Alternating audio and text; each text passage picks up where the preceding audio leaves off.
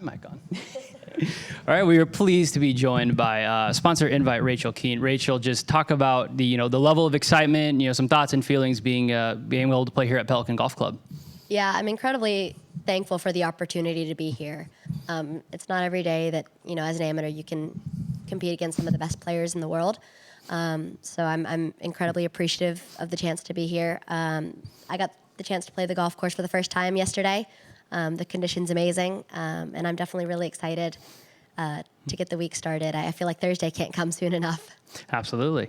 You were on the preseason ANNIKA Award watch list, and now you're getting to play in her namesake tournament. Just first of all, how much of an honor, or what's the level of, how much does it mean to you to be on that list, and then just, to play here now? What does that all mean?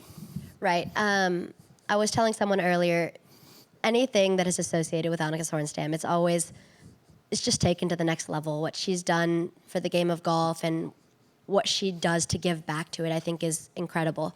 So getting a chance to be on her watch list, it's something that's really coveted amongst college players. So there's work left to hopefully do that in the spring, but I think that's really cool. And then obviously to be able to be here, not only playing in an LPGA event, but playing in Annika's LPGA event, I just think it means a lot to a lot of the ladies out here.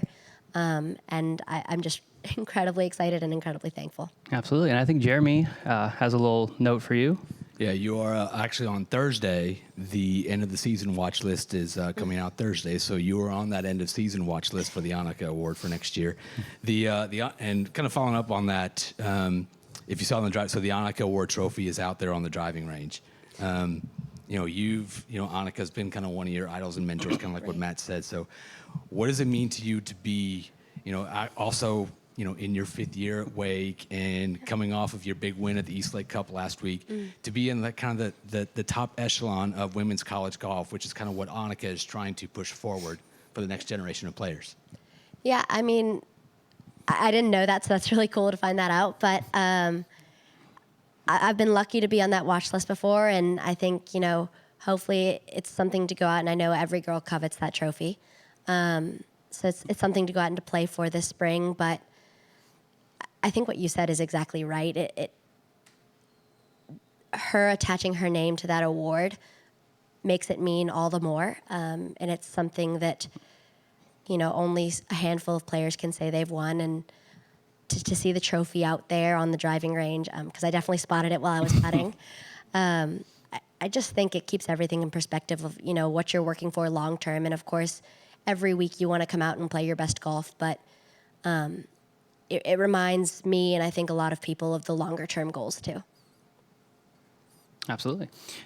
This is your 3rd LPGA event this year, your 4th overall. Just, we talked to you back in Meyer, whatever that was, June, whatever. Just where do you feel like you're either in your game or your confidence as you've gone from here to Evian, just where are you at, like your confidence level in your game? Right. I definitely think my game this year has gone through a little bit of a roller coaster. It's been up and down, and luckily this fall it's started to steady out. And I've definitely used the past year and will continue to use the next semester as really just some time getting ready to turn professional in 24. So I'm really just trying to use these weeks to gain some experience and to start to get comfortable out here, so that when I do take that next step, I want to feel ready and I want to feel prepared. And I think I'm hopefully going to use this week as a chance to prove to myself that I can compete out here. I think the goal is definitely, of course, to be here on the weekend and then to just see if I can climb that leaderboard. Absolutely. I mean, we talked to you earlier. You joked with us. You spent 2 days at Wake Forest for school. You're emailing professors like, "Hey, I'm playing another pro event." Just you went to the World Amateur. Just what's the travel? Balancing travel and playing in school. What's that all been like for you? I've been really fortunate that my professors have been really understanding. I don't think they were quite expecting, and neither was I expecting the hectic end of the season that it's been. But I've been telling everyone that between the World Am and East Lake Cup and here, they've been things that I've been really excited for. So it makes packing fun and it makes the travel fun. And again, I have a really great support system at home between advisors and professors and friends. And and they've been able to help me stay caught up on school. My poor partners in my group projects, I don't think are quite as thrilled. But no, it's been great, and I'm definitely ready for some downtime after this to spend some time with my roommate that I feel like I haven't seen all semester. So excited for the week, but also excited for the next couple months back home to get ready for the spring again. Absolutely. All right, we'll go ahead and take this time to open it up if anyone in the crowd's got any questions. All right, right here on the left. Hi, Rachel. When did you first get a chance to meet ANNIKA, and what do you remember from that encounter? I first met ANNIKA at her collegiate event my freshman year. And she was, I was taken aback by how friendly she was, and she took the time to, look me in the eye, shake my hand, introduce herself, and wish me good luck. And, it would have been really easy. I'm sure she met hundreds of people that week. It would have been very easy for her to just kind of brush me off as another participant. But she took the time to, ask me where I went to school and how I felt about the week, and to really just, it made a really big impact on me. And we've been back every year since, and I've gotten to know her and her husband decently well over the years. So they've always been incredibly supportive and very friendly. And I just think it's inspiring how much not only does she gives back to the game, but then the impact she's able to make on all these people at the same time. Obviously, you come from a golf family. Your mom is probably closer in age to ANNIKA.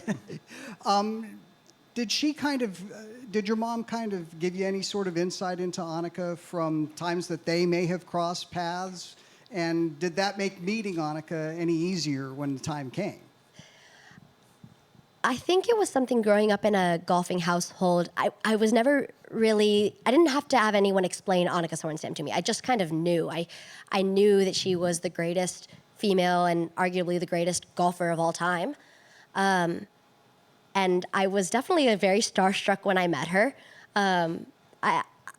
It's funny, I have gotten older and I look back on that, I'm like, oh my gosh, I was so nervous, but rightfully so, you're meeting the GOAT. So I think, Mom shared, I don't know if they quite crossed paths, but I just think that the stories, every golfer knows her. So I don't know if I had to be explained who she was. Jeff? Rachel, golf has taken you all over the globe. Mm-hmm. What was your experience like at the World Amateur? I had the best week at the World Amateur. I had two incredible teammates in Megan Schofield and Anna Davis, an incredible captain, and the week, I think none of us quite played as well as we had hoped. I know that we as a team were hoping to finish a little higher, but just the week as a whole, I know we all just really soaked it in. You don't know when you're going to get the chance to go back to Abu Dhabi or Dubai or anywhere in the Middle East. So we really just tried to take it all in and enjoy the whole experience as a whole.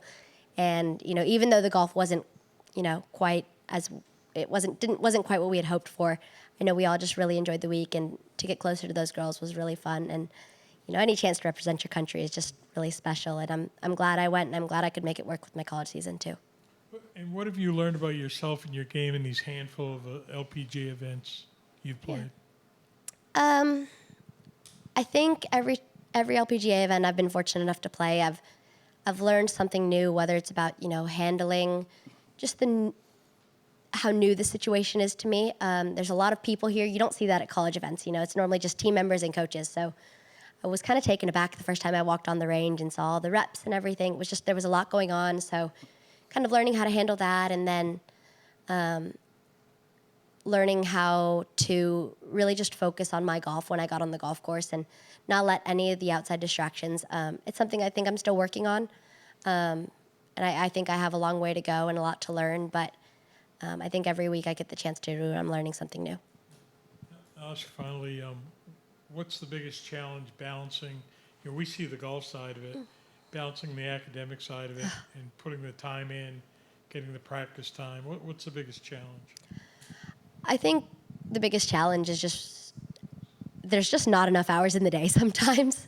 I think every student athlete would love to dedicate 100% of their time to their sport. I know if I could, I'd be at the golf facility 24/7, but even here, I'm going to do a nice condensed practice after this, and I have to go back. I actually have a meeting for a group project. So, you have to make the time sometimes. And Again, as much as I would love to be out here and spend all day, that's what professional golf's for, I think. And, you know, we are still student athletes, and student always comes first in my family. So I think the biggest challenge is making sure you make time for both. Cool. Jeremy? Following up on the student athlete part, so last week, y'all in Wake won the East Lake Cup last week. So this is a two-parter. So how does that week in winning the East Lake Cup with your teammates, how does that help you prepare for this week? And then secondly, not only with the East Lake Cup, but with the World AM and Meyer and also the NCAAs last year, playing in front of cameras, playing in front of, how has all that kind of prepared you better to play out here? Right. I think the first part of your question, college golf and individual golf, they're very different. Especially when you have a match play event like East Lake Cup. It's really cool to be able to see how momentum in one match affects the other matches. And it shouldn't, but it does. But I was really happy with how I played. Obviously, I hopped straight off a plane and was a little jet lagged. So there was just a lot going on that week. And I was able to kind of battle through all of that and put up a good finish in stroke play and win 2 points for my team in the 2 matches. And I definitely feel like my game is starting to trend in the right direction. So I'm excited to see that carry on into the week. And then the second part of your question, I've been very fortunate to have a lot of really great experiences and some great finishes as a team and as an individual as well. And I think all of that, it just kind of builds your confidence. You know, you're out on the golf course and you're over a golf shot, and I think every golfer instinctively goes back to a time when they've executed said golf shot. And I think when you've had the experiences to play in front of cameras, you can then draw on, you know, experiences when you've executed in front of cameras before, because it builds a new type of pressure, really. I remember the first time playing in front of cameras, I was so out of my element, and I didn't handle it well at all. And then, you know, the next time was a little better, and the next time was a little better. So, you know, now that there's actually a lot of college events on TV, and I think it's really cool for the growth of the game. And I think a lot of girls are finally getting the opportunity to play in front of cameras before they come out to the LPGA. It kind of builds your toolbox and your memory box of times when you've executed golf shots under pressure, I think. That was a fantastic answer. I'm live. I wanted to ask you, the LPGA has elevated to some amazing courses recently. Pebble Beach, I think Riviera's on the forefront, as is St. Andrews next year. Is there a course on your bucket list that you would really like to play as an LPGA player when you turn professional? That's a great question. I didn't mean to put you on the spot. Yeah, I think I've been very fortunate to check off a lot of like bucket list golf courses. I really have, between, you know, ANNIKA and Curtis Cup and some of these really cool events. I haven't played Pebble, so I was a little sad to miss out on the Women's Open this year. So that one's on the bucket list. Cypress Point's on the bucket list. I know they're hosting a men's collegiate event now.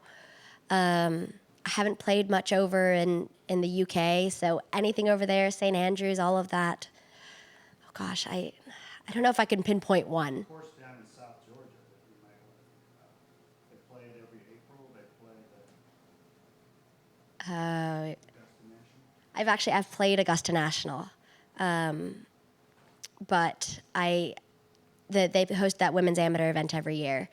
But gosh, I don't know. There's too many good golf courses in the world, isn't there? I didn't want to put you on the spot. Yeah.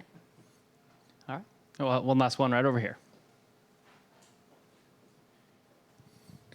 Curious, she was a rival and she'll be a rival again, but this is kind of a gap year. But what did you make of Rose Zhang's transition to the professional ranks? Rival would not be the word I used to describe Rose Zhang. Rose Zhang is the most friendly, kind human being. Golf rival. Rose is incredible. It's been so much fun to watch her flourish as a professional. I think of her as a teammate just between our 2 Curtis Cups and the World Amateur team that we were on. And she was in a league of her own, really, in amateur golf, wasn't she?